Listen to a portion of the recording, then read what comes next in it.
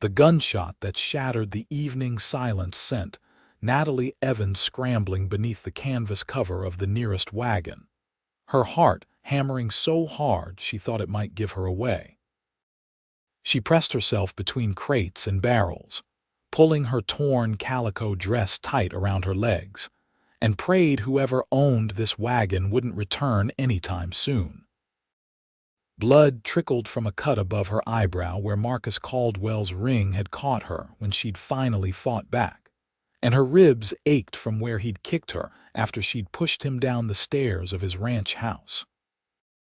She'd run for 3 hours through the Utah wilderness, her thin boots now shredded, her stockings long since torn away by brambles and rocks.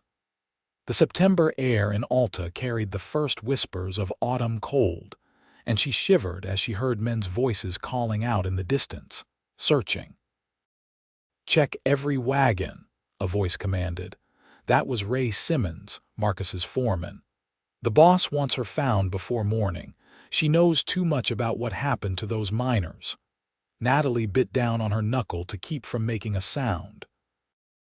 She'd seen Marcus murder those 3 men who'd discovered silver on land he wanted. Watched him throw their bodies down an abandoned mine shaft like they were nothing more than refuse. He'd caught her at the window of his study, realized she'd witnessed everything, and she'd known in that moment she had 2 choices, run or die. She'd chosen to run, though she wasn't sure anymore if that had been the right decision. Marcus Caldwell owned half of Alta and had the other half in his pocket. The sheriff took his money, the mayor danced to his tune, and even the circuit judge seemed to look the other way when it came to Marcus's business dealings. The wagon shifted slightly, and Natalie froze. Footsteps approached, boots crunching on the dirt. She could see lantern light flickering through the gaps in the canvas, could hear someone walking around the perimeter of the wagon. Her breath came in short, quiet gasps, and she closed her eyes, preparing for the canvas to be ripped back, for rough hands to drag her out to face Marcus's twisted justice. Instead, a different voice called out. "This one belongs to that drifter cowboy, the one who brought in those Mustangs yesterday."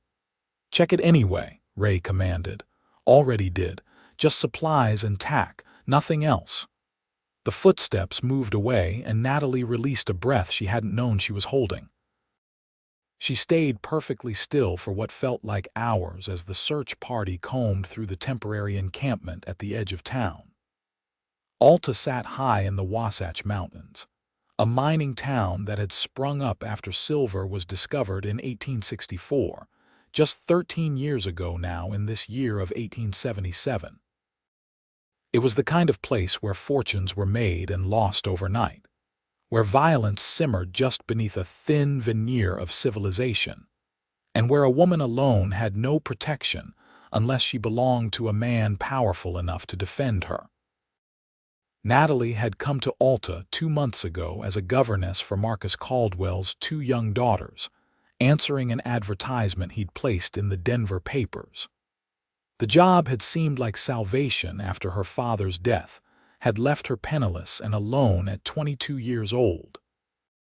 Marcus had been charming at first, a widower who seemed devoted to his children, generous with her wages, respectful of her position in his household.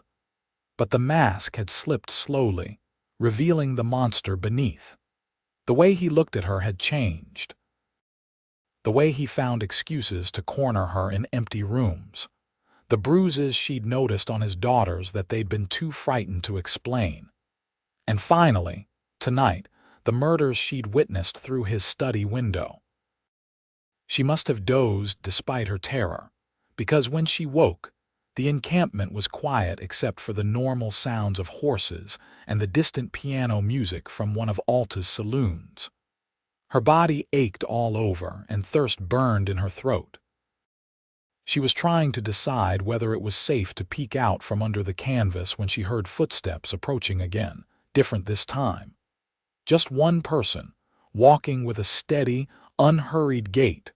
The canvas at the back of the wagon lifted, and lantern light flooded in, Natalie scrambled backward, but there was nowhere to go. A man's silhouette filled the opening, tall and broad-shouldered, a hat shadowing his features.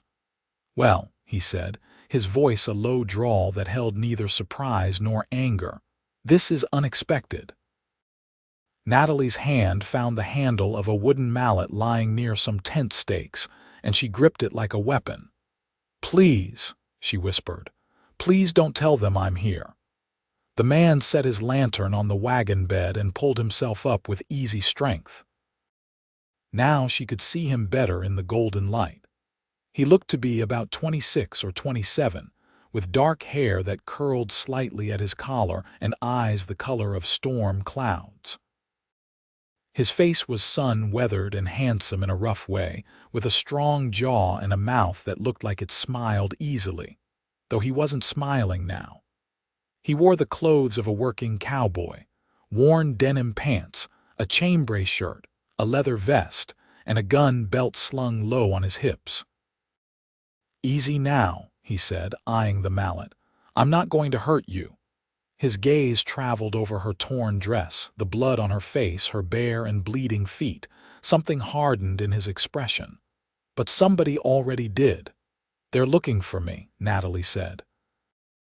Her voice shook despite her best efforts to control it. "If they find me, they'll kill me." The cowboy studied her for a long moment, and she had the sense of being truly seen, evaluated not with the predatory assessment she'd grown used to from Marcus, but with something closer to concern.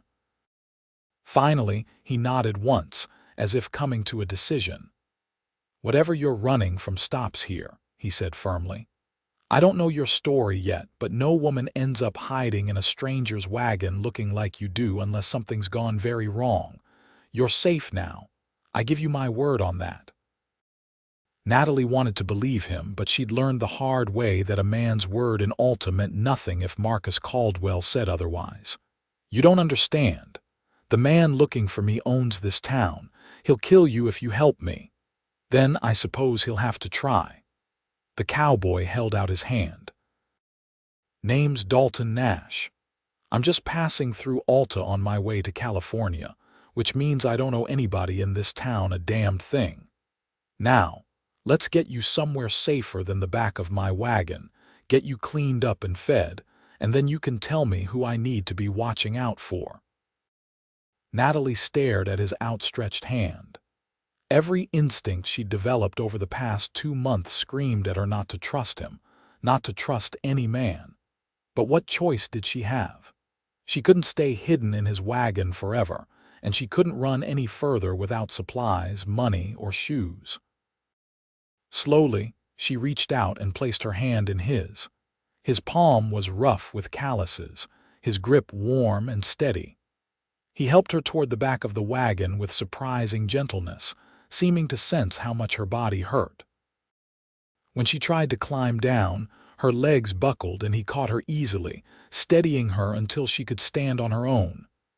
"Can you walk?" Dalton asked.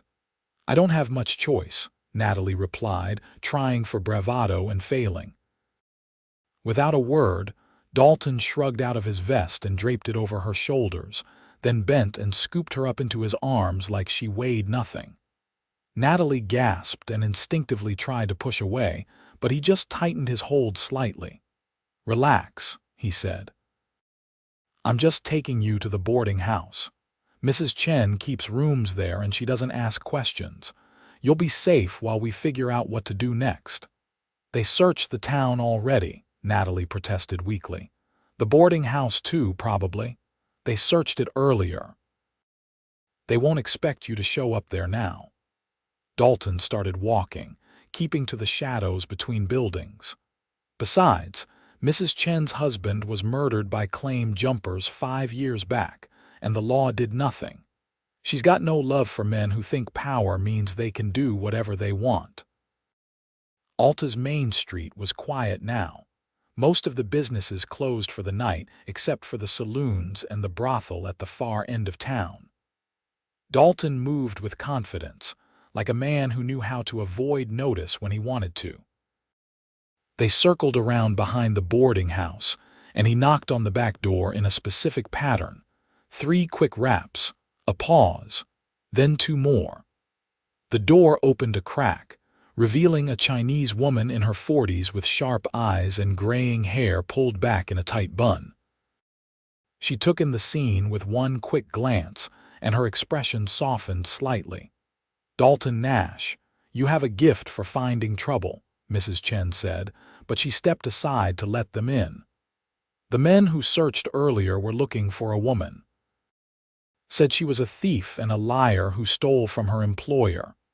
"And you believed them?" Dalton asked, carrying Natalie through the kitchen and toward the back stairs. "I did not say that." Mrs. Chen closed and locked the door behind them. "I said that was what they claimed. I also noticed those men rode for Marcus Caldwell, and I know what kind of man he is. Bring her upstairs. The room at the very end of the hall is empty, and it has a good lock on the door." The boarding house was clean and well-maintained, with simple furniture and the smell of incense and cooking spices lingering in the air. Dalton carried Natalie up 2 flights of stairs to a small room at the back of the building. It contained a narrow bed, a washstand, a small table with a chair, and a window that looked out over the back alley. He set her down gently on the bed, and she immediately felt the loss of his warmth. Mrs. Chen bustled in behind them with a basket of supplies. "I will heat water for washing," she said, "and bring food. You look like you have not eaten in days, child." "Just today," Natalie managed. "Thank you. I don't have money to pay you right now, but I will somehow, I promise.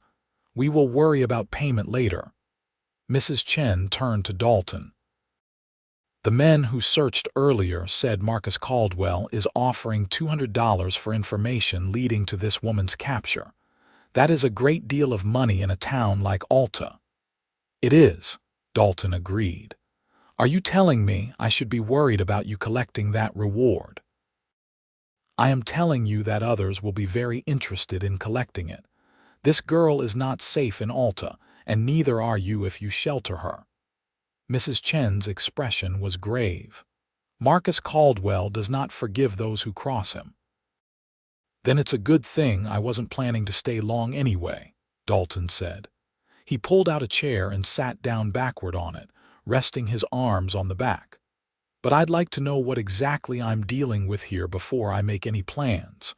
Both of them looked at Natalie. She drew Dalton's vest tighter around her shoulders and took a shaky breath.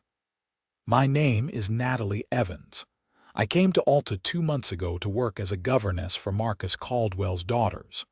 Tonight, I witnessed him murder 3 men, claimed jumpers who'd found silver on land he wanted for himself. He caught me watching, and I knew he'd kill me to keep me silent, so I ran. I've been running ever since."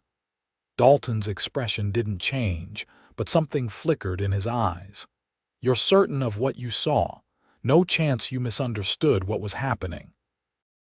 "I watched him shoot the first man in cold blood while his foreman and 2 other ranch hands held the other 2, Natalie said flatly. "Then they threw all 3 bodies down the Silver Bell shaft, the one that collapsed last spring. He murdered them, Mr. Nash.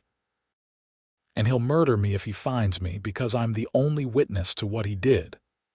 "The Silver Bell shaft," Mrs. Chen murmured. "It is on his property now. He bought the claim after the collapse." "How convenient," Dalton said dryly. He studied Natalie for a long moment. "Did he hurt you?" "Before tonight, I mean." Natalie hesitated, then nodded slowly. "He tried. I fought him off twice, but I knew it was only a matter of time before he stopped accepting no for an answer. His daughters bear bruises from his temper. The household staff won't meet his eyes. I should have left sooner, but I had nowhere to go, no money saved yet. I thought if I could just endure until I'd earned enough for a ticket east, I could disappear. But then tonight happened, and I had no choice but to run." "You did the right thing," Dalton said firmly. "A man like that doesn't stop. It only gets worse." He stood up and walked to the window, looking out at the dark street below. The question now is what to do next. You can't stay in Alta, that's certain, and going to the sheriff won't help if Caldwell owns him. He owns everyone, Natalie said wearily. The sheriff, the mayor, the judge. There's no law in Alta except what Marcus Caldwell says it is. Then we leave, Dalton said simply. Tomorrow, before dawn, I'll get supplies together tonight and we'll head out while the town's still sleeping. Once we're clear of Alta, we can figure out the next step. Natalie stared at him. Mr. Nash, you don't owe me anything. You've already done more than I had any right to expect. I can't ask you to risk your life for a stranger. Dalton turned from the window and his expression was set with determination. You're not asking. I'm offering. And call me Dalton.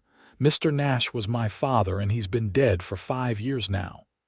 He paused, then added more quietly, my sister was in a situation like yours once, back in Texas. A man with money and power who thought that gave him the right to take whatever he wanted.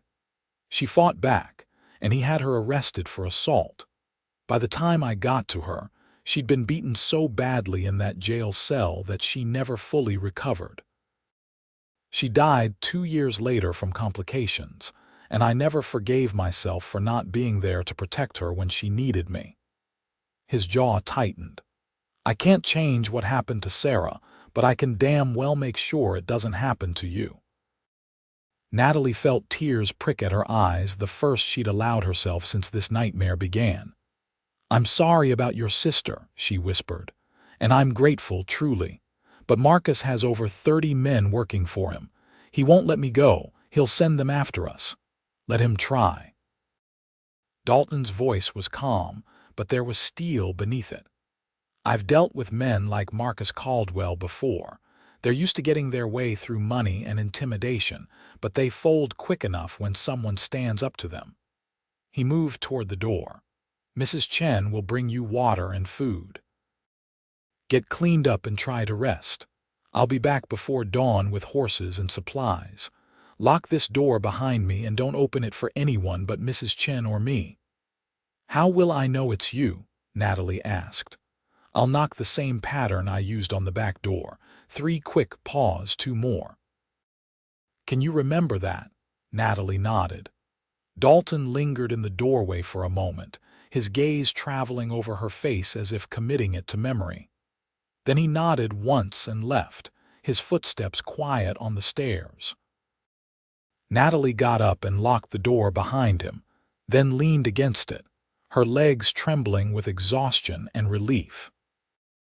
She had no idea if Dalton Nash could truly protect her from Marcus Caldwell's reach, but for the first time since she'd looked through that study window and seen murder, she felt a small spark of hope that she might actually survive this. Mrs. Chen returned a short time later with a pitcher of hot water, clean cloths, a simple cotton nightgown, and a tray of food. Rice with vegetables and chicken, steaming and fragrant, along with tea that tasted of jasmine and honey. Natalie ate mechanically at first, then more eagerly as her body reminded her how long it had been since she'd had a proper meal. While she ate, Mrs. Chen helped her clean the blood from her face and hands, treating her cuts with something that stung but smelled of herbs. The cut above your eye will scar, Mrs. Chen said matter-of-factly, but it is small. It will not disfigure you. I don't care about scars, Natalie said. I just want to survive long enough to get far away from here. Dalton Nash is a good man, Mrs. Chen said, wringing out the cloth in the basin. The water ran pink with blood. He stayed here for a week when he first came to town, very quiet, very polite. He helped my son fix the roof when he saw it was leaking, would not take payment. Said it reminded him of helping his father with such things when he was a boy. She paused. But he is also a dangerous man when he needs to be. I have seen the way he wears his gun, the way he watches everything. He has killed before, I think. That doesn't frighten you? Natalie asked. In this world, a woman alone learns to judge men not by whether they are capable of violence, but by when and why they choose to use it, Mrs. Chen replied. Dalton Nash will only hurt those who threaten what he protects. Marcus Caldwell hurts people because he enjoys the power it gives him. Do you see the difference? Natalie did. She'd seen that capacity for violence in Dalton's eyes when he'd looked at her injuries, but it had been a cold, controlled thing, directed outward at those who'd harmed her. Nothing like the hot, selfish cruelty that burned in Marcus's gaze when he looked at her. After Mrs. Chen left, Natalie changed into the nightgown and lay down on the bed. Every muscle in her body ached, and her feet throbbed where the skin had been torn raw. But she was clean, fed, and behind a locked door. For tonight, that would have to be enough. She didn't think she'd be able to sleep, but exhaustion claimed her almost immediately. She dreamed of running through endless darkness, of Marcus's hands reaching for her, of falling into a deep shaft that had no bottom. But then Dalton was there, catching her, holding her, his voice steady as he said again, "Whatever you're running from stops here." The knock came just before dawn. 3 quick raps, a pause, 2 more. Natalie jerked awake, disoriented for a moment before memory rushed back. She stumbled to the door and opened it to find Dalton standing there with a bundle of clothes in his arms. "These belonged to Mrs. Chen's daughter before she married and moved to Sacramento," he said quietly. "They should fit you well enough. Get dressed quickly. We need to be on the road before the town wakes up." Natalie took the clothes and closed the door. The outfit consisted of a simple brown skirt, a white blouse, a dark blue jacket, thick stockings, and boots that were only slightly too large. There was also a wide-brimmed hat and a wool shawl. She dressed as quickly as her sore body would allow, braiding her dark auburn hair and tucking it under the hat. When she emerged from the room, Dalton was waiting at the bottom of the back stairs with Mrs. Chen. He'd added a long brown duster over his clothes and had a rifle slung across his back in addition to the revolver at his hip. 2 horses stood ready in the alley behind the boarding house, loaded with supplies. "The gray mare is for you," Dalton said.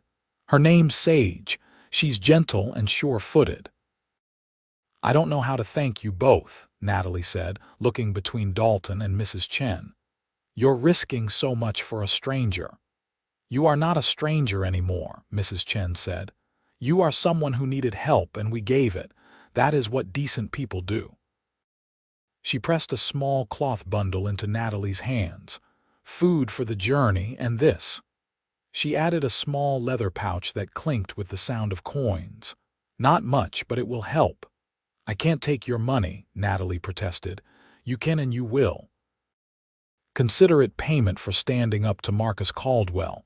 There are many in this town who wish they had your courage." Mrs. Chen touched Natalie's cheek gently. "Be safe, child, and do not come back to Alta. There is nothing here worth dying for." Dalton helped Natalie mount the gray mare, then swung up onto his own horse, a tall bay gelding with a white star on his forehead. They moved through the quiet back alleys of Alta as the sky began to lighten from black to deep blue. A few early risers were beginning to stir, but no one paid them much attention. Just another cowboy and his companion heading out for an early start. They were nearly to the edge of town when a voice called out behind them. "Hold up there!" Natalie's heart seized in her chest. Dalton's hand moved to his revolver, but he didn't draw it yet. They turned their horses to face a man emerging from the shadows between buildings. Not one of Marcus's men, Natalie realized with relief, but the old prospector who sometimes swept the floors at the general store for whiskey money. "You're the Nash fellow, aren't you?" the old man said, approaching with a shuffling gait. "The one who brought in them Mustangs." "That's right," Dalton said evenly. "Something I can do for you, more like something I can do for you." The prospector glanced at Natalie, and his rheumy eyes sharpened with recognition. There's talk all over town about Caldwell's runaway governess. $200 reward for information.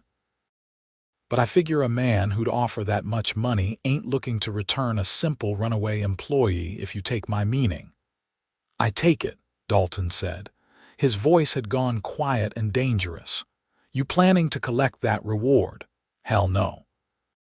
I'm planning to tell you that Caldwell's got men watching all the main roads out of town, north, south, and west.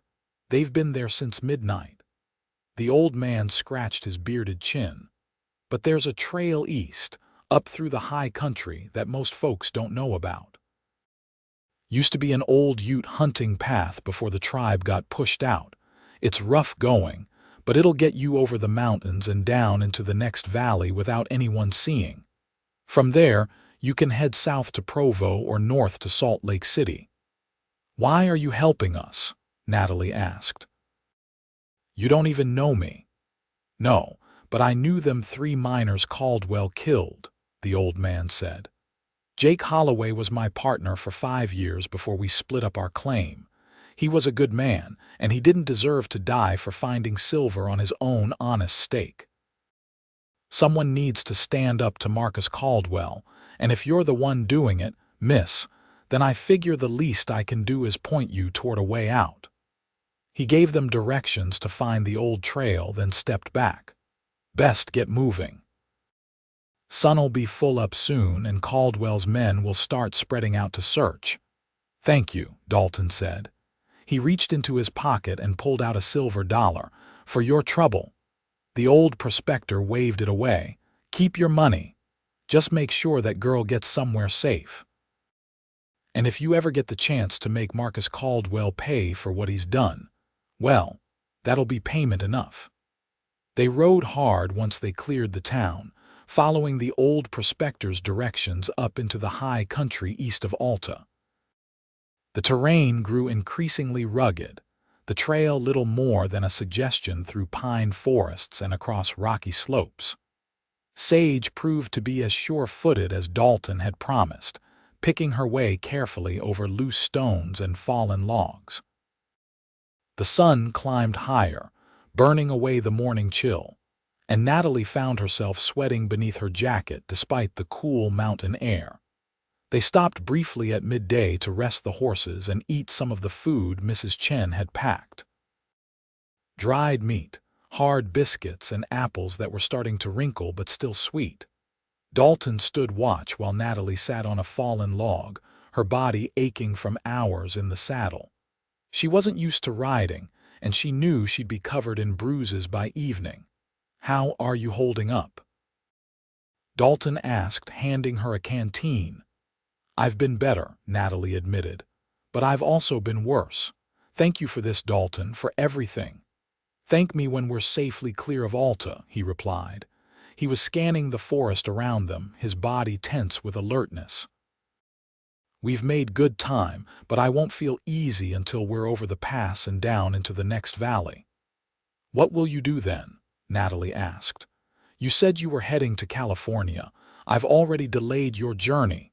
California's not going anywhere, Dalton said. He looked at her then, and something in his expression made her breath catch. Besides, I'm starting to think maybe I was meant to find you in my wagon last night. Maybe some things happen for a reason. Before Natalie could respond, Dalton held up a hand for silence. He'd heard something, and a moment later Natalie heard it too, the sound of horses moving through the forest, coming from the direction they'd traveled. Multiple horses moving fast. Mount up, Dalton said quietly, urgency in his voice. Now. They rode harder than before, pushing the horses as much as they dared on the treacherous trail. Behind them, the sounds of pursuit grew louder. Natalie risked a glance back and saw riders through the trees, at least 6 of them. Even at a distance, she recognized the lead rider, Ray Simmons, Marcus's foreman. They've spotted us, Dalton said. He urged his bay into a faster pace, and Sage kept up gamely. There's a narrow pass up ahead according to that old prospector's directions. If we can get through it first, we might be able to defend it. There's too many of them, Natalie called out, fear making her voice sharp. 6 against 1. 6 against 2, Dalton corrected. You know how to shoot, my father taught me, Natalie said, but I haven't held a gun in years. It'll come back to you if you need it. Dalton pointed ahead to where the trail narrowed between two steep rock faces. Get through there and find cover. I'll hold them off long enough for you to get clear if it comes to that. I'm not leaving you, Natalie said fiercely. If we're doing this, we're doing it together. Something flashed in Dalton's eyes, surprise and something warmer, but there was no time to discuss it further. They rode through the narrow pass, and on the other side the trail opened up into a small clearing with a steep drop-off on one side and a tumble of large boulders on the other. Dalton made a split-second decision and guided them behind the boulders, dismounting and pulling his rifle free. Stay low, he said to Natalie, and if shooting starts, cover your head. But instead of hiding, Natalie slid down from Sage and took the revolver Dalton held out to her. It was heavy in her hand, familiar and foreign at the same time. She checked the cylinder like her father had taught her, fully loaded 6 rounds. I meant what I said, she told Dalton. We're in this together. The riders burst through the narrow pass moments later, led by Ray Simmons on a big black horse. They pulled up short when they saw Dalton standing in the open with his rifle raised, Natalie beside him with the revolver held steady. That's far enough, Dalton called out. His voice carried across the clearing, calm and cold. Turn around and ride back to Alta. Ray Simmons laughed, a harsh, ugly sound. Or what, Drifter? You're outnumbered 6 to 1. You might get 1 or 2 of us, but the rest will cut you down, and then we'll take the girl back to Mr. Caldwell. Be smart and step aside. This doesn't concern you. It concerns me now, Dalton said. The woman's under my protection, which means anyone who wants to take her will have to go through me first. Your funeral, Ray said. He started to draw his gun, and everything happened very fast. Dalton's rifle cracked, and Ray's hat flew off his head, the bullet missing his skull by inches. The other riders scattered, going for their own weapons, but Dalton was already working the lever of his rifle, firing again. One rider screamed and fell from his horse, clutching his shoulder. Another shot whistled past Dalton's head, and Natalie returned fire without thinking, the revolver bucking in her hand. She missed, but the shot came close enough to make the shooter duck back behind his horse. Get to cover. Dalton shouted at her, and this time Natalie obeyed, diving behind the boulders as bullets began to fly in earnest. The clearing filled with gunfire and smoke, the sound deafening in the confined space. Dalton moved with practiced efficiency, firing and ducking, using the rocks for cover, never staying in one place long enough to make an easy target. Natalie fired twice more, carefully, remembering her father's lessons about making each shot count. One bullet struck a rider's saddle, making his horse rear and throw him. The other hit a tree trunk, sending splinters flying. The fight lasted no more than 2 minutes, but it felt like hours. When the smoke cleared, one of Marcus's men was down with a shoulder wound. Another had been thrown from his horse and wasn't moving, and the rest were retreating back through the narrow pass. Ray Simmons shouting curses as they went. They'd left 2 horses behind in their panic, both standing nervously at the edge of the clearing. Dalton waited until the sound of hoofbeats had faded completely before he lowered his rifle. He turned to Natalie, and she saw the way his hands shook slightly as the adrenaline began to wear off. "Are you hurt?" he asked, moving to her quickly.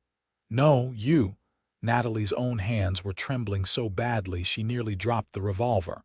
Dalton took it from her gently and tucked it back into his belt. "Just a graze on my arm, nothing serious." He touched her shoulder, his hand warm and solid. You did good, Natalie. Real good. Where'd you learn to shoot like that? My father was a sheriff in Kansas, Natalie said. The words felt distant, dreamlike. She couldn't quite believe she'd just been in a gunfight. He died 3 years ago in a bank robbery. He always said I had a steady hand and a good eye. He was right.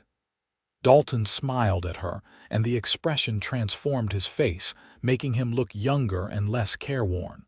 Come on. We need to move before they work up the courage to come back with reinforcements.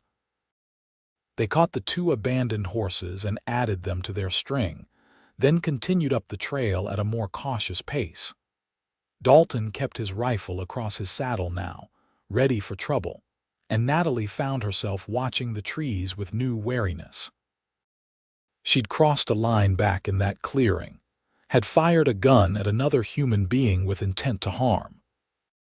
The knowledge sat heavy in her chest, not quite guilt but a kind of sorrow for the person she'd been before tonight, the one who thought she could survive in this world through quiet compliance and careful invisibility.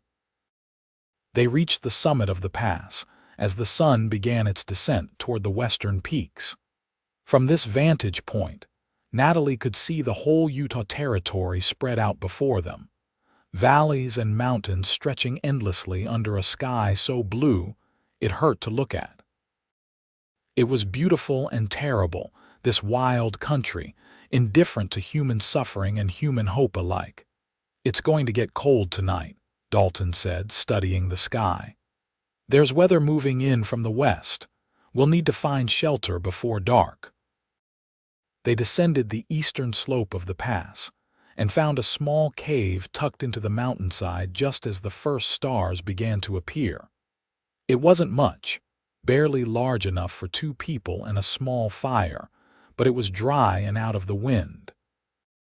Dalton saw to the horses first, hobbling them near a patch of grass and making sure they had water from a nearby stream. Then he built a fire at the mouth of the cave, small and carefully banked so it wouldn't be visible from a distance. Natalie sat wrapped in her shawl and watched him work. He moved with an economy of motion that spoke of years of practice, of nights spent sleeping rough under open stars. There was something deeply competent about him, a quiet confidence that made her feel safer than she had in months. "Tell me about California," she said as he settled down across the fire from her. "Why are you heading there?" Dalton was quiet for a moment, staring into the flames. "My father had a dream of starting a ranch out there," he finally said. "He talked about it for years, saved every penny he could. But then he got sick, and the medical bills took everything. He died before he could make the trip." Dalton's voice was matter-of-fact, but Natalie could hear the old pain beneath it. "After Sarah died, too, I decided someone ought to make that dream real. Figured I'd go to California, find some good land and build the ranch my father always wanted. Kind of a way to honor both of them, I suppose." "That's beautiful," Natalie said softly. "What kind of ranch?" "Horses, mostly. I've always been good with horses." Dalton smiled a little. "Those Mustangs I brought into Alta, I spent 3 weeks tracking and gentling them. Sold them for good money to a rancher who needed strong stock. Figured I'd do the same in California, catch and train wild horses, maybe do some breeding, build something that lasts." "It sounds like a good life," Natalie said. "A good dream." "What about you?" Dalton asked. "What were your dreams before everything went wrong in Alta?" Natalie pulled the shawl tighter around her shoulders. "I wanted to teach," she said. "Not as a governess, but in a real school. I wanted to help children learn to read and write, to open up the world for them the way my father did for me. He believed education was the key to everything, that it could lift people out of poverty and give them choices. I believed it too." She paused. "I still believe it, I suppose, but it seems like such a distant possibility now. I can't go back to teaching, not with Marcus Caldwell looking for me. Any references I might have gotten from him are worthless now, and no one will hire a governess without references." California has schools, Dalton said, and they're always looking for teachers in the new settlements. Could be you'll get your dream after all, just in a different place than you expected. Could be, Natalie said, but she couldn't quite let herself hope for it. Her life had been upended too completely, the future too uncertain. They shared the food Mrs. Chen had packed, and Dalton brewed coffee over the fire, strong and bitter and warming. As full darkness fell and the temperature dropped, they moved closer to the fire, and then closer to each other, sharing body heat in the small cave. It should have felt awkward, this intimacy with a man she'd known less than a day, but instead it felt natural, right somehow. "Can I ask you something?" Natalie said as the fire burned down to embers. "Ask away." "Why did you really help me? You said it was because of your sister, but there's more to it than that, isn't there?" Dalton was quiet for so long that Natalie thought he might not answer. Then he said, "When I found you in my wagon, you had this look in your eyes, terror and determination all mixed together. You were scared half to death, but you hadn't given up. You were ready to fight with that mallet if you had to." He turned to look at her, his face shadowed in the dim light. "I've known a lot of people who gave up when things got hard, who just let life beat them down. But you didn't. Even broken and bleeding and hunted, you were still fighting. I guess I admired that, still do." Natalie felt something warm unfold in her chest, something she couldn't quite name. "I don't feel very brave," she admitted. "Mostly I feel terrified and lost." "Bravery isn't about not being scared," Dalton said. "It's about being scared and doing what needs to be done anyway. You've got that in spades, Natalie Evans." She wanted to say something in return, to tell him that she thought he was brave too, that she was grateful beyond words for his protection. But the words stuck in her throat, too big and too complicated to fit into speech. Instead, she let herself lean against his shoulder, and when his arm came around her, solid and warm, she closed her eyes and let herself feel safe for the first time in months. They reached Provo 3 days later, tired and trail-worn but alive. The city was larger than Alta, more civilized, with real law enforcement and people who didn't all answer to one corrupt man. Dalton found them rooms at a respectable hotel, separate rooms with a connecting door that he left unlocked in case Natalie needed him during the night. She was grateful for the privacy, and for the chance to bathe and sleep in a real bed. But she also found herself missing the closeness of the trail, the way they'd talked late into the night by firelight, sharing stories of their pasts and dreams for their futures. Over the next week, they settled into a careful routine. Dalton found work at a local stable, exercising and training horses for the owner. The pay was decent, and it gave him a chance to build up their funds for the continued journey to California. Natalie stayed mostly in the hotel, afraid that Marcus's reach might extend even this far, but Dalton brought her books from the lending library and news from the town. Gradually, she began to relax, to believe that maybe they really had escaped. On the 8th day in Provo, Dalton knocked on the connecting door between their rooms. "I have news," he said when Natalie opened it, "not sure if it's good or bad." "Tell me," Natalie said, her heart starting to race. "There's a U.S. Marshal staying at the saloon down the street," Dalton said. "Name's Clayton Hart. He's investigating claims of corruption and murder in several mining towns in the territory, and Alta is on his list. I talked to him this morning, told him your story. He wants to speak with you." Natalie felt dizzy with a mixture of hope and fear. "Do you trust him?" "I think so," Dalton said carefully. "He's got a good reputation from what I've heard, and he's federal, which means he doesn't answer to local authorities or men like Marcus Caldwell. If anyone can make your testimony count for something, it's him." Marshal Hart turned out to be a man in his 50s with gray streaked hair and eyes that had seen too much of humanity's darkness. He listened to Natalie's story without interruption, taking notes in a small leather-bound book. When she finished, he sat back in his chair and studied her thoughtfully. "That's quite a tale, Miss Evans," he said, "and not the first I've heard about Marcus Caldwell's activities. There have been other complaints, other suspicious disappearances around Alta, but complaints aren't enough. I need evidence, witnesses willing to testify in federal court." "I'll testify," Natalie said firmly. "I know what I saw. I can identify the men who were with Marcus that night." "And you're prepared to face Marcus Caldwell in court?" Marshall Hart asked. "Because that's what it will take. He'll have expensive lawyers and they'll try to destroy your credibility, call you a liar or worse. It won't be easy." "Nothing about any of this has been easy," Natalie replied. "But those men deserve justice. Their families deserve to know what happened to them."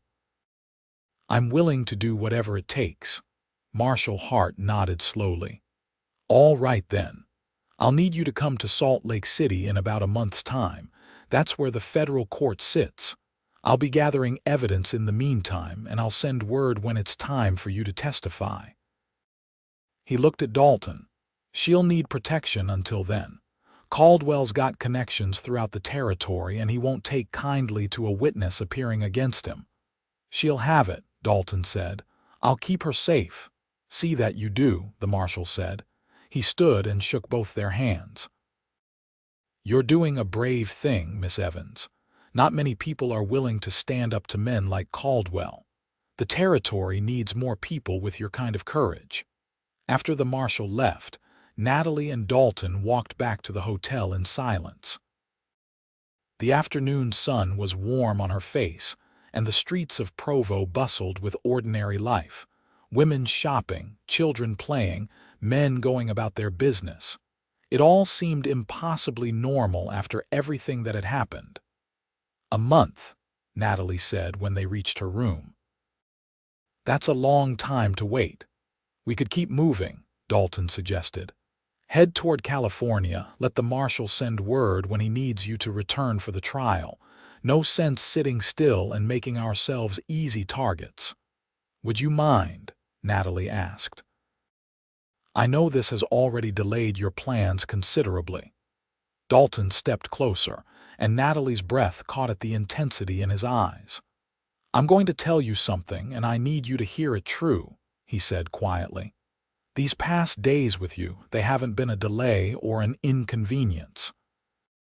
They've been the first time in 5 years that I've felt like I was doing something that mattered, that I was where I was supposed to be.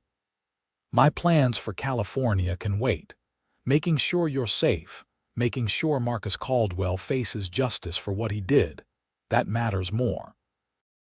"Dalton," Natalie whispered.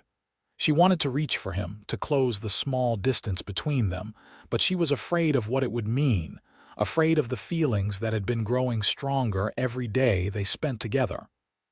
"I know this is fast," Dalton continued. "I know we haven't known each other long, but I need you to know that I care about what happens to you, Natalie. More than I probably should, given the circumstances. And when this is all over, when Marcus Caldwell is in prison and you're free to live your life again, I'd like to know if maybe you might want to build that life somewhere near mine." Natalie's eyes filled with tears, but they were good tears, the kind that came from hope rather than despair. "Yes," she said simply. "Yes, I would like that very much." Dalton smiled then, that rare full smile that transformed his face, and he reached out to cup her cheek with his calloused hand. "Then let's get you to California," he said. "Let's go build those dreams we talked about." They left Provo the next morning, heading west this time, toward the great desert that separated Utah Territory from California. It was late September now, and the days were still warm, but the nights grew cold. They traveled at an easier pace than before, staying in small towns along the way when they could find them, camping under the stars when they couldn't. Dalton taught Natalie more about handling horses and surviving on the trail, and she found herself growing stronger, more confident. The bruises from her escape faded, the cuts healed, and slowly the constant fear began to ease. They talked endlessly as they traveled, sharing stories from their childhoods, debating everything from politics to philosophy, to the best way to make coffee over a campfire. Dalton told her about growing up on a small ranch in Texas, about learning to ride before he could walk, about the father who taught him the value of hard work and honest dealing. Natalie told him about her mother, who died when she was 12, about the years she'd spent as her father's right hand while he served as sheriff, about the devastating loss she'd felt when he'd been killed. He was protecting people who never thanked him for it, Natalie said one night as they sat by their campfire somewhere in the Nevada desert. Above them, the Milky Way stretched across the sky in a river of stars. He worked long hours for little pay, and in the end he died for $57 in a bank safe. Sometimes I'm angry at him for that, for choosing duty over staying alive for me. Does that make me a terrible person? It makes you human, Dalton said. He was whittling a piece of wood with his knife, shaping it into something she couldn't quite make out yet. We're allowed to feel angry at the people we love when they leave us, even when we know it wasn't their choice. Sarah used to get so mad at me for being away working cattle when she needed me at home. After she died, I felt guilty about every time I'd chosen work over spending time with her. Took me a long time to forgive myself for that. Have you, Natalie asked, forgiven yourself? Dalton was quiet, considering. Mostly, he said finally. Meeting you helped with that, I think. Gave me a chance to be there for someone when they needed help the way I couldn't be for Sarah. Maybe that's selfish, using your situation to make myself feel better about my own failures. I don't think it's selfish, Natalie said.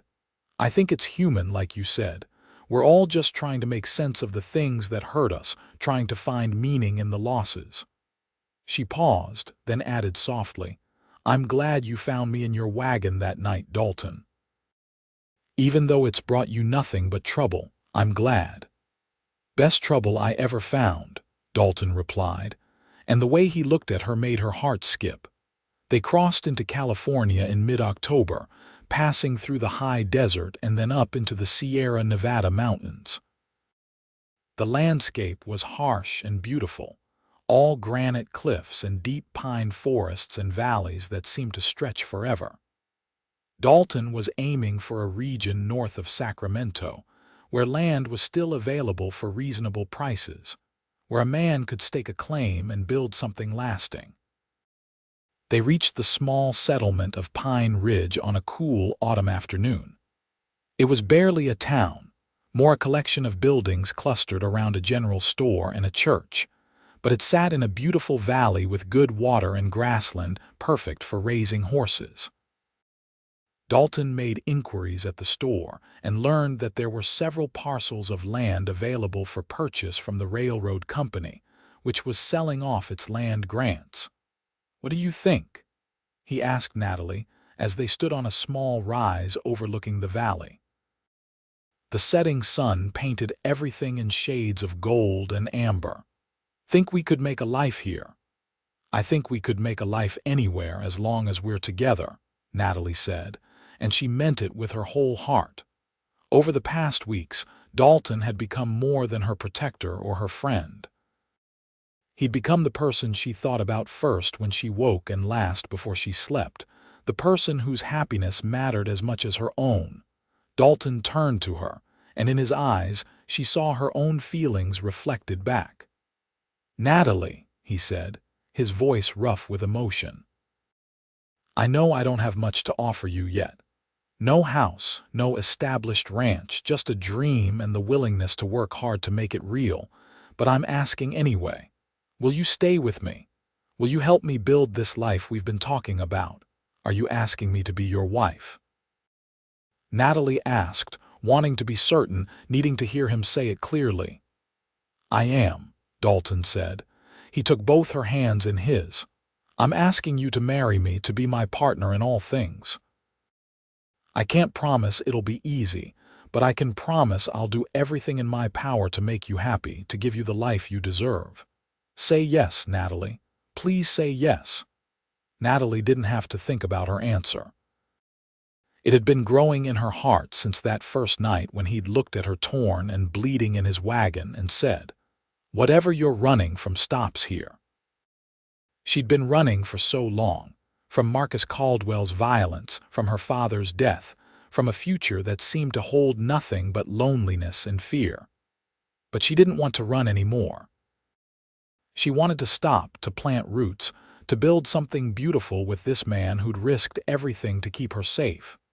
"Yes," she said, and felt the rightness of it settle into her bones. "Yes, I'll marry you, Dalton Nash." He kissed her then, gentle at first and then deeper, and it was like coming home to a place she'd never been before. When they finally pulled apart, both breathing hard, Dalton rested his forehead against hers and laughed, the sound full of joy and relief.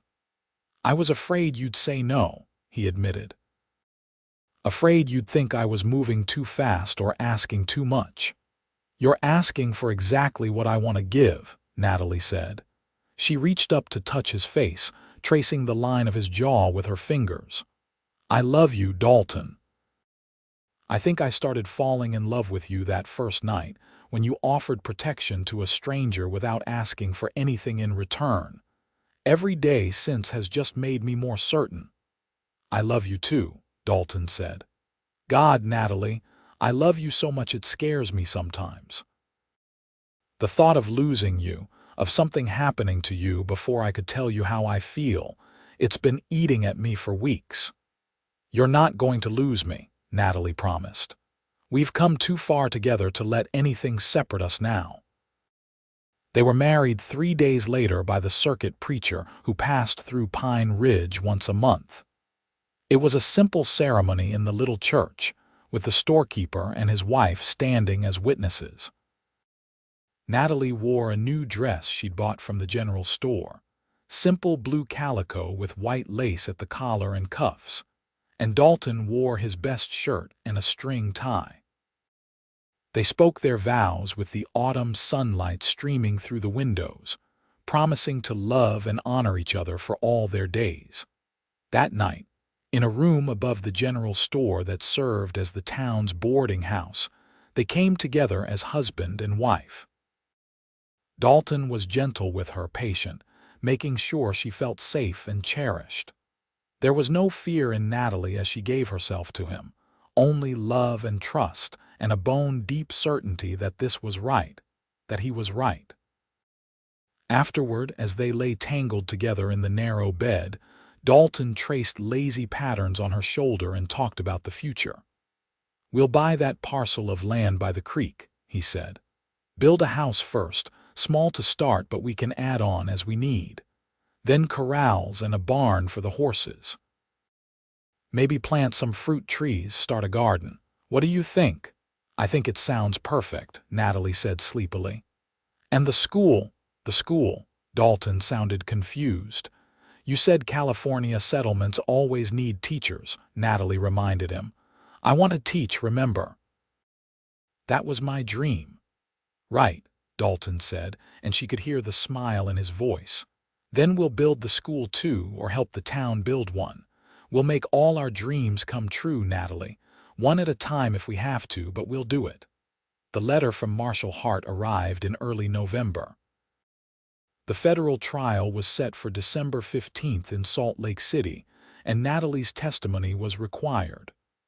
Dalton read the letter aloud while they sat in the partially built frame of their new house, eating lunch. "I have to go," Natalie said. "I have to testify." "We'll go," Dalton corrected. "I'm not letting you face him alone." They left for Salt Lake City in late November, leaving their unfinished house and their plans temporarily behind. The journey back across Nevada and into Utah territory was harder this time, with winter weather closing in and snow beginning to fall in the mountain passes. But they pushed through, arriving in Salt Lake City a week before the trial was scheduled to begin. Marshal Hart met them at their hotel with news. "We've built a strong case," he said. "We found the bodies in the Silver Bell shaft, just where you said they'd be. We have testimony from several of Caldwell's former employees who were willing to talk once they knew they'd have federal protection. And we have your eyewitness account of the murders. Caldwell's lawyers are trying to get the case dismissed, but it won't work. He's going to trial." "How has he reacted?" Dalton asked. The marshal's expression was grim. "About how you'd expect. He's made threats, tried to bribe officials, called in every favor he's owed. But the federal judiciary doesn't play that game. He'll have his day in court, and if the jury finds him guilty, he'll hang." Natalie felt a shiver run through her at the thought. She'd wanted justice for those murdered miners, but the reality of what that justice meant was sobering. A man would die because of her testimony. A man who deserved to die, yes, but still. "Are you all right?" Dalton asked, taking her hand. "I will be," Natalie said. "This needs to happen. Those men deserve justice, and other people need to be safe from him." The trial began on a cold December morning with snow falling steadily outside the courthouse windows. Natalie took the witness stand dressed in her best clothes, her hand on the Bible, and swore to tell the truth. Then, with Dalton watching from the gallery and Marcus Caldwell glaring at her from the defendant's table, she told her story. She described working as his governess, the gradual realization that something was wrong in his household, the fear she'd felt as his attentions toward her had grown more aggressive. She described looking out the study window that September night and seeing Marcus shoot Jake Holloway in cold blood, watching as the bodies were disposed of in the mine shaft. She identified Marcus and 3 of his men who'd been arrested along with him. And through it all, she kept her voice steady, her facts clear, never wavering even when Marcus's lawyer tried to rattle her with harsh questions about her character and her motivations. "Isn't it true, Miss Evans, that you were dismissed from Mr. Caldwell's employment for theft?" the lawyer asked. "That's not true," Natalie said firmly. "I was never dismissed. I fled because I witnessed Mr. Caldwell commit murder and I knew he would kill me to silence me." "And yet you have no proof of these allegations beyond your own word, is that correct?" "The bodies in the mine shaft are proof," Natalie replied. "The testimony of other witnesses is proof. The fact that Mr. Caldwell sent armed men to hunt me down and kill me is proof. I know what I saw, and I'm telling the truth." The trial lasted 3 days. When it was over, the jury deliberated for less than 2 hours before returning with a verdict: guilty on all counts of murder. Marcus Caldwell was sentenced to hang, along with 2 of his men who'd participated in the killings. The others received prison sentences. As the verdict was read, Marcus turned in his seat and looked directly at Natalie. There was such hatred in his eyes that she instinctively leaned back, and Dalton's hand found hers, grounding her. But Marcus couldn't reach her now. The law, real law that operated beyond his control, had finally caught up with him. Whatever power he'd wielded in Alta was gone. "It's over," Marshal Hart said afterward, shaking both their hands. "You did well, Mrs. Nash. Your testimony made the difference. Those miners can rest in peace now, and their families have justice." "Thank you," Natalie said, "for believing me, for making this possible." "That's my job," the marshal replied, "but not everyone has the courage to do what you did. The territory is a better place with people like you in it." They stayed in Salt Lake City through Christmas, wanting to be certain there were no legal complications that might require Natalie's presence. But by the new year of 1878, they were free to return to California and the life they'd begun to build. The journey west was easier this time, with no one hunting them, no need to look over their shoulders. They were simply a young married couple heading home, and the word home had never sounded sweeter. Pine Ridge welcomed them back with surprising warmth.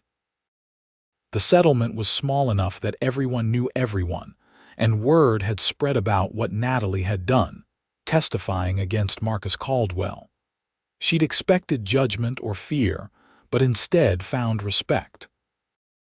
The women of the settlement brought food and offered help, and the men pitched in to help Dalton finish building their house.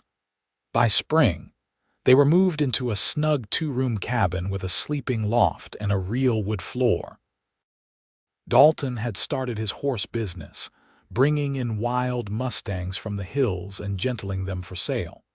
He had a gift for it, a patience and understanding that the horses responded to. Word spread about the quality of his animals, and buyers began coming from as far as Sacramento.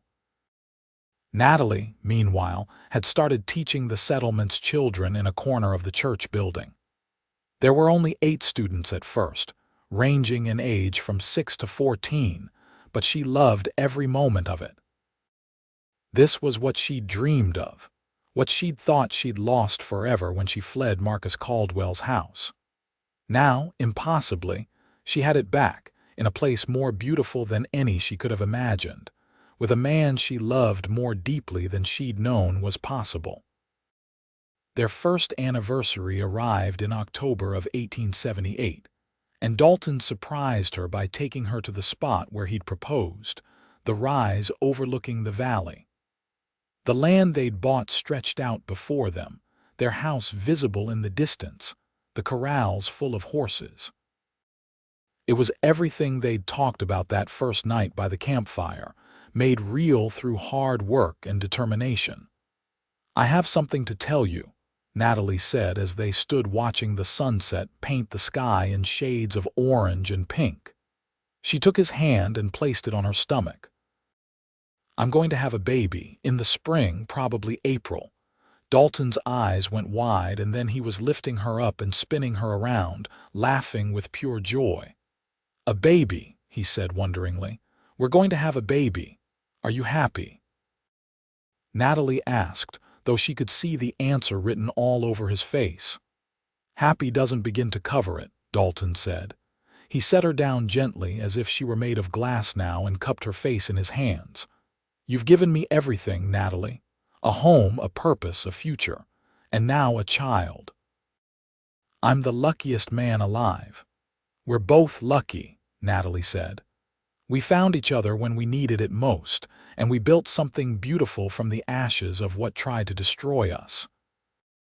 Their son was born on a warm April morning in 1879, after a long night of labor that left Natalie exhausted but triumphant. Dalton held the baby with shaking hands, tears streaming down his face as he looked at the tiny red face and the shock of dark hair. "What should we name him?" he asked. Natalie had been thinking about this for months. "William," she said, "after my father, and James for his middle name after yours. William James Nash. It's perfect," Dalton said. "He's perfect. You're perfect." He leaned down to kiss her forehead. "Thank you, Natalie, for this, for everything. I love you so much." Little William grew strong and healthy, a laughing baby who looked like his father and had his mother's steady gaze. As he learned to crawl and then to walk, the settlement of Pine Ridge grew around them. More families arrived, drawn by the good land and the peaceful valley. A real school building was constructed, with Natalie as the head teacher. Dalton's horse ranch prospered, and he took on a young apprentice to help with the work. In the summer of 1881, Natalie gave birth to their second child, a daughter they named Sarah Grace, after Dalton's sister and the Grace they'd been shown in Finding Each Other. 2 years later came another son, Robert, and 2 years after that, twin girls, Emma and Alina. Their house had been expanded twice to accommodate their growing family, and the walls rang with the sound of children's laughter and running feet. On their 10th anniversary, Dalton and Natalie stood once again on the rise overlooking the valley. Their children were with Mrs. Chen's nephew and his wife, who'd moved to Pine Ridge 2 years earlier. Below them, the ranch sprawled across the land, prosperous and well-kept. The town had grown too, with a real main street now, shops and businesses, families putting down roots. "You ever think about that night?" Dalton asked. "When you were hiding in my wagon, scared and alone?" "Sometimes," Natalie admitted. "But it feels like a different life now, like it happened to different people. That woman who was running for her life, she's not who I am anymore." "No," Dalton agreed. "Now you're a teacher, a mother, a ranch wife. You're the woman who stood up in court and made sure a killer faced justice. You're the strongest person I know, Natalie Nash." "And you're the man who saw someone in trouble and didn't turn away," Natalie said. "The man who said, 'Whatever you're running from stops here,' and meant it. You changed the entire course of my life that night, Dalton. You saved me." "We saved each other," Dalton corrected. He pulled her close, and she rested her head against his shoulder, breathing in the familiar scent of leather and hay and the soap he used. "You gave me a reason to stop drifting, to build something lasting. Before you, I was just going through the motions, trying to honor my father's dream but not really living my own life. You made me want to truly live again." "I love you," Natalie said simply. "After everything we've been through, everything we've built together, I love you more now than I did the day we married." "Is that even possible?" "It must be," Dalton said, "because I feel the same way." They watched the sunset together as they'd done countless times before, secure in the knowledge that whatever challenges tomorrow might bring, they'd face them side by side. The past, with all its pain and terror, had shaped them but no longer defined them. They'd taken the broken pieces of their separate lives and forged something new and whole, something worth fighting for. Years continued to pass, marked by the changing seasons and the milestones of their children's lives. William grew into a serious young man who shared his father's gift with horses.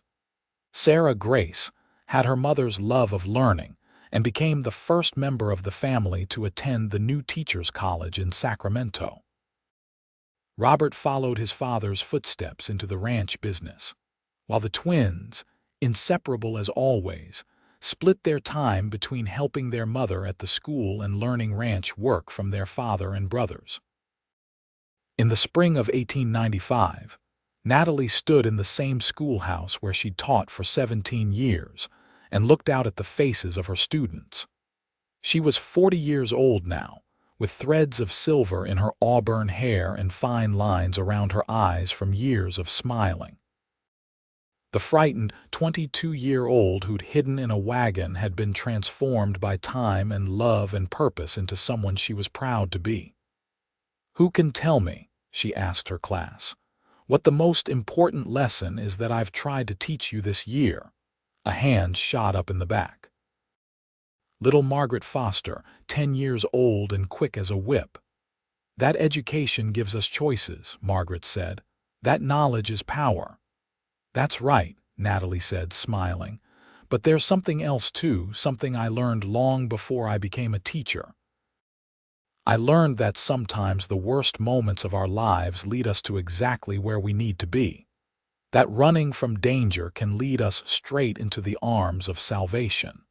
That strangers can become family, and that courage isn't about never being afraid. It's about doing what's right even when you're terrified."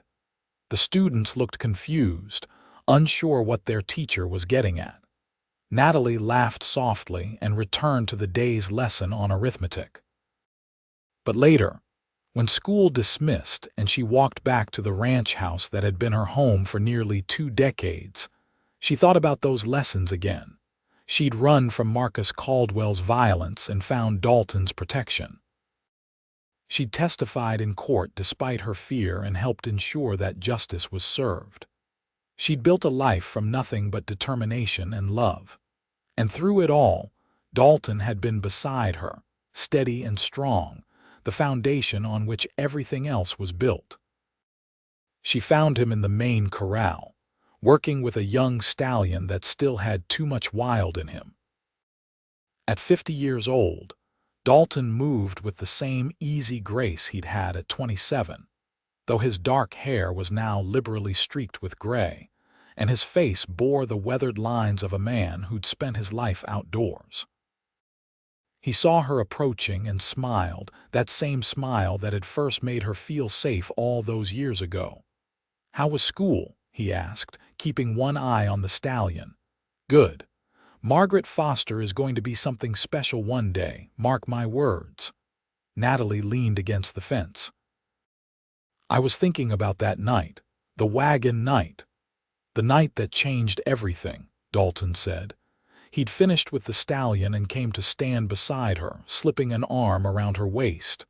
"Best night of my life, looking back, even though I didn't know it at the time." "Mine too," Natalie said. "Strange how one moment can alter the entire course of a life. If you'd come back to your wagon 5 minutes earlier or later, we might never have met. I might have died in Alta, and you'd have gone on to California alone." "Don't," Dalton said, pulling her closer. "Don't think about that version of the story.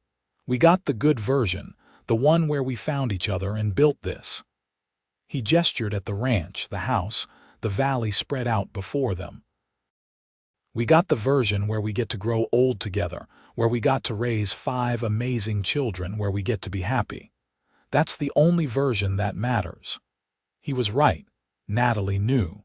The past was fixed, unchangeable, and dwelling on alternate histories served no purpose. What mattered was the life they'd lived, the choices they'd made, the love they'd built and sustained through all the years and all the challenges. That evening, their whole family gathered for dinner, a tradition they maintained whenever everyone was home. William and his wife brought their 2 young children. Sarah Grace came from Sacramento, where she was teaching at the college now. Robert and the twins were there too, along with various friends and neighbors who'd become extended family over the years. The table was crowded and loud, full of laughter and good-natured arguing and the warmth of people who loved each other deeply. Dalton stood at the head of the table and raised his glass. "I want to make a toast," he said, and the noise gradually subsided. 17 years ago today, I asked a woman to marry me. She was the bravest, strongest, most stubborn person I'd ever met, and I knew even then that my life would never be complete without her. She said yes, thank God, and every day since has been a gift. To Natalie, my wife, my partner, the love of my life, thank you for building this with me." To Natalie, the assembled group chorused, raising their own glasses. Natalie felt tears prick at her eyes, but they were happy tears. She looked around the table at the faces of her children and grandchildren, at the friends who'd become family, at the man who'd saved her and loved her and built a life with her. This was what victory looked like, she thought. Not the dramatic triumph of a courtroom verdict or the satisfaction of seeing justice served, though those things had mattered too. Real victory was this: a table full of people who loved each other, a home built on trust and mutual respect, a life lived with purpose and passion. "I want to say something too," Natalie said, standing. "Dalton, you gave me back my life when I thought it was over. You gave me safety when I was hunted, love when I was alone, hope when I'd lost it completely. Everything I am, everything we've built together, started with you looking at a terrified woman hiding in your wagon and saying, 'Whatever you're running from stops here.' You kept that promise, Dalton. You kept it every single day for 18 years. And I promise to keep loving you for whatever time we have left, whether that's 1 year or 50. 50 sounds good to me," Dalton said with a grin, and everyone laughed. The evening continued with music and storytelling. with the children begging their parents to tell again the story of how they met, how their mother had hidden in their father's wagon, and how he'd protected her from bad men. The story had taken on an almost mythic quality in the retelling, becoming the foundation story of their family, the beginning of everything. Later, when the guests had gone and the children were settled in their various rooms and outbuildings, Natalie and Dalton sat on the porch of their house and watched the stars come out. The night was clear and cool, with the scent of pine and grass on the breeze. "You have any regrets?" Natalie asked. About how everything turned out, Dalton considered the question seriously. "I regret that Sarah never got to see this, never got to know you or meet her nieces and nephews," he said finally. "I regret that Marcus Caldwell hurt you at all, though I'm grateful he didn't hurt you worse. I regret that your father isn't here to see what an amazing woman his daughter became, but regrets about us, about the life we've lived together. Not a single one." "Good," Natalie said. "Because I don't have any either. Even the hard parts, the scary parts, they were all worth it to get here, to this moment right now." They sat in comfortable silence for a while, holding hands the way they had that first night when Dalton had promised to keep her safe. Time had proven him true to his word in ways neither of them could have imagined back then. He'd kept her safe not just from Marcus Caldwell's violence, but from loneliness, from purposelessness, from the kind of quiet despair that came from living a life without love or meaning. "I was thinking," Dalton said eventually, "that maybe it's time to expand the ranch operation. William's ready to take on more responsibility, and Robert's got good instincts for the business. We could bring in more horses, maybe start breeding specifically for cavalry mounts. The Army's always looking for good stock." "And what would you do if the boys are running the horse operation?" Natalie asked, amused. "Same thing you're going to do once Sarah Grace takes over running the school full-time," Dalton replied. "Enjoy our grandchildren. Travel a bit, maybe. I'd like to show you San Francisco, and we talked about visiting the Grand Canyon once. We've earned a little rest, Natalie. We've worked hard for 20 years building this place. Maybe it's time to let the next generation take the reins while we enjoy what we've created." It was an appealing thought, Natalie had to admit. She loved teaching, but the idea of having more time to write, to read, to simply be with Dalton without the constant demands of work and responsibility was tempting. They weren't old, not really, but they weren't young anymore either. They'd earned the right to slow down a little, to savor the fruits of their labor. "Let's do it," she said. "Let's hand things over to the children and see what the next chapter of our lives brings." And so they did. Over the next year, they gradually stepped back from the day-to-day running of the ranch and the school, trusting their children to carry on what they'd built. William proved to be an excellent manager, with a good head for business to go along with his skill with horses. Sarah Grace loved running the school and had innovative ideas about curriculum and teaching methods that made the Pine Ridge School one of the best in the region. Natalie and Dalton did travel, taking that trip to San Francisco where they stayed in a fancy hotel and ate in restaurants and marveled at the bustling city that was so different from their quiet valley. They visited the Grand Canyon and stood at the rim, awed by the ancient majesty of stone and sky. They went to Denver, where Natalie had lived briefly before coming to Alta, and she showed Dalton the boarding house where she'd stayed while looking for work, the church where her father was buried. But always they returned to Pine Ridge, to the ranch and the valley and the family they'd built.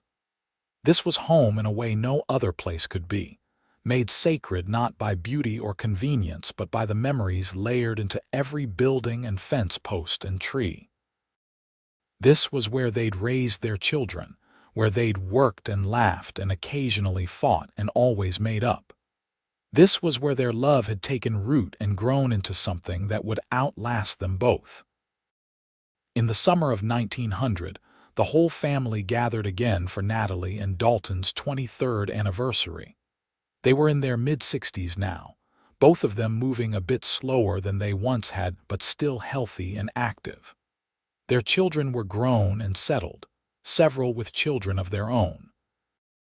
The ranch prospered under William and Robert's management, and Sarah Grace's school had expanded to include a small library and meeting hall.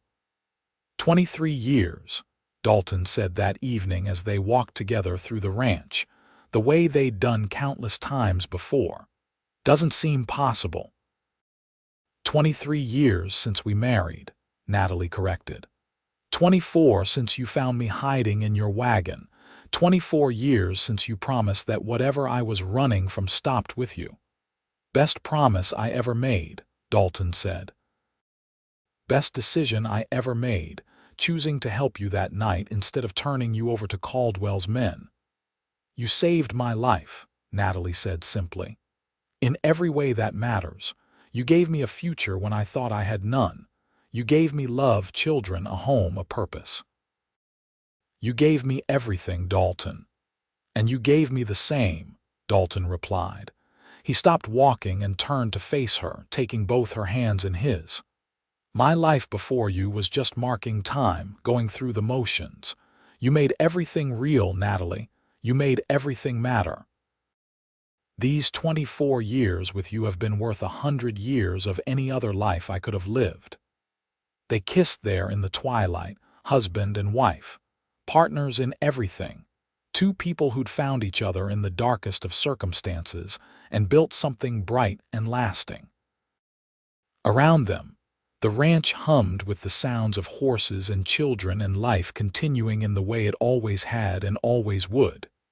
That night, lying in bed with Dalton's arm around her, Natalie thought about the girl she'd been when she fled Marcus Caldwell's house. That girl had been terrified, broken, convinced her life was over. She'd hidden in a stranger's wagon expecting either capture or death, never imagining that she was actually hiding in her future, in the place where her real life would begin. Thank you, she whispered into the darkness. For what? Dalton asked sleepily. For finding me, for keeping your promise, for loving me. Always, Dalton said, pulling her closer. I'll always love you, Natalie. From the moment I found you in my wagon until my last breath. That's my promise to you, and I've never broken a promise I made to you yet. I know, Natalie said.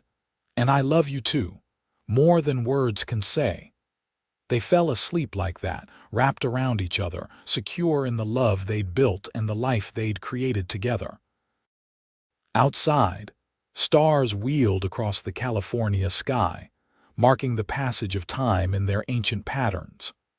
But inside the ranch house that Dalton had built with his own hands, time seemed to stand still, holding this moment of perfect contentment in its gentle grasp.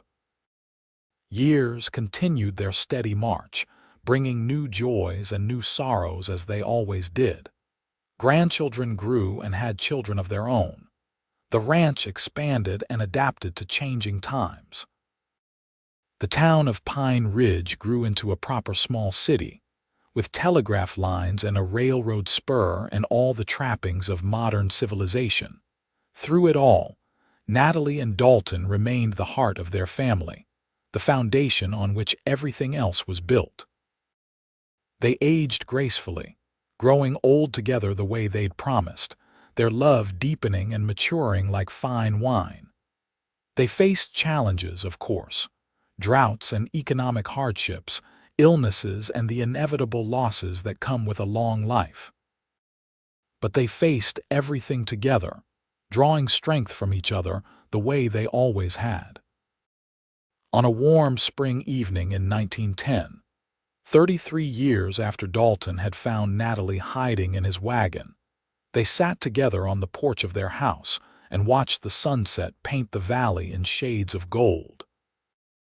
They were both 75 years old now, their hair gone completely silver, their faces deeply lined with age and laughter. But their hands, clasped together between them, held the same strength and certainty they'd always had. "It's been a good life," Dalton said.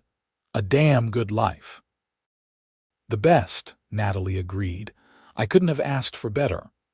"Remember that first night?" Dalton asked. "When I told you whatever you were running from stopped here?" "I remember everything about that night," Natalie said. "I was so scared, so certain my life was over. And then you looked at me, really looked at me, and you saw someone worth saving. You changed everything with those words, Dalton. You changed my whole world." "We changed each other's worlds," Dalton said. "That's what love does, I suppose. It transforms us into better versions of ourselves." They sat in comfortable silence as the sun sank below the horizon and stars began to appear. Around them, their ranch settled into evening quiet, the horses bedding down, the children and grandchildren and great-grandchildren scattered in various houses across the property. This was what they'd built. Not just a ranch or a business, but a legacy of love and courage and determination. They'd taken fear and violence and turned it into something beautiful. And that beauty would outlast them both, living on in the children and grandchildren who carried their names and their values forward into the future. "I love you," Natalie said, the same words she'd spoken thousands of times over 33 years of marriage, and yet they still held all their original power and meaning. "I love you too," Dalton replied and kissed her hand. "Always have, always will. Until my very last breath and beyond, if such things are possible." "They are," Natalie said with certainty. "Love like ours doesn't end with death. It goes on in our children and in the life we built together. We'll live forever, Dalton, in all the ways that really matter." And she was right. Long after both of them had passed from this world into whatever came next, their story endured. The story of a young woman who ran for her life and found salvation in a cowboy's wagon. The story of a man who looked at a stranger in trouble and said, "Whatever you're running from stops here," and meant it with his whole heart. The story of two broken people who found each other in the darkness and built something bright and lasting that would outlive them both. It was a story of courage and hope, of love triumphant over fear and violence. It was a story that their children would tell their grandchildren, who would tell it to their own children in turn. And in the telling and retelling, the story became more than just history. It became legend, a reminder that even in the darkest moments, salvation could appear in unexpected forms, and that one person's courage to help another could change the entire course of two lives. Natalie and Dalton Nash lived long, full lives surrounded by the love of their family and the beauty of the land they'd claimed as their own. When they finally passed, within months of each other as if neither could bear to be without the other for long, they were laid to rest on a hill overlooking the valley they'd called home for over 3 decades. Their grave markers stood side by side, just as they'd stood side by side through all the years of their marriage, and the inscription read simply, "Whatever you're running from stops here. Love never ends." And it didn't. Their love lived on in the ranch that still bore their name, in the school that Natalie had founded, and that continued to educate generations of children, in the faces and hearts of their descendants, who carried forward their legacy of courage and compassion. The wagon where it had all begun was preserved in a place of honor in the family barn, a reminder of the night that changed everything, when a cowboy found a woman hiding in his supplies and made a promise that would echo through the generations. Their story was one of the thousands of stories written into the history of the American West, but it was unique in its perfect arc from terror to triumph, from running to standing firm, from loneliness to love. It was a story that proved that sometimes the worst moments of our lives are just the beginning of our best ones, that strangers can become family, and that courage and love, when combined, can overcome even the darkest evil. And so the story ends, not with a period but with a comma, because love like theirs never truly ends. It continues, transforming and adapting, living on in the lives it touched and the legacy it created. Dalton Nash kept his promise that night in 1877 when he told Natalie Evans that whatever she was running from stopped with him. He kept it every day of their marriage, every moment of their shared life. And in keeping that promise, he gave them both something more precious than gold or land or any material wealth. He gave them love, purpose, and a future worth living. That, in the end, is all any of us can hope for. To find someone who looks at us in our darkest moment and says, "Whatever you're running from stops here," and means it with their whole heart. To find someone who transforms our fear into courage, our loneliness into love, our despair into hope. Natalie and Dalton found that in each other, and in finding it, they created something that would outlast them both, shining like a beacon across the years, a testament to the power of love to heal, to transform, and to endure.